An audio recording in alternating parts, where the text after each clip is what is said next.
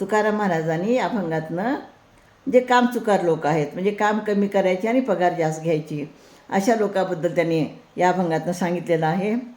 चाकरी वाचूनी खाणे अनुचित वेतन, धनी काढून आणि जा, करील ये कामेची पूजा, उचिता वेगळे अभिळासे तोंड काळे, सांगे तरी तुका पाहाला ज नाही लोका.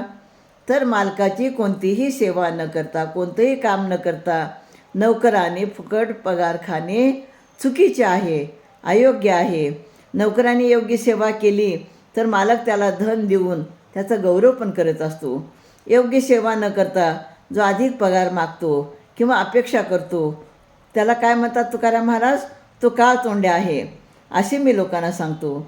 तुकाराम महाराज म्हणतात की असे मी वारंवार सांगूनसुद्धा अशा लोकांना त्याची लाज वाटत नाही. म्हणजे आजकाल लोकांना काम तर करायचं नाही, सेवा तर करायचं नाही आणि पैसे तर जास्त हवे आहेत. हे असं वागणं जे आहे ते चुकीचं आहे. तुम्ही काम करा आणि काम केल्यानंतर तुम्हाला चांगला पगारही मिळेल आणि तुमचा मालक तुमचा गौरवसुद्धा करेल. रामकृष्ण हरी.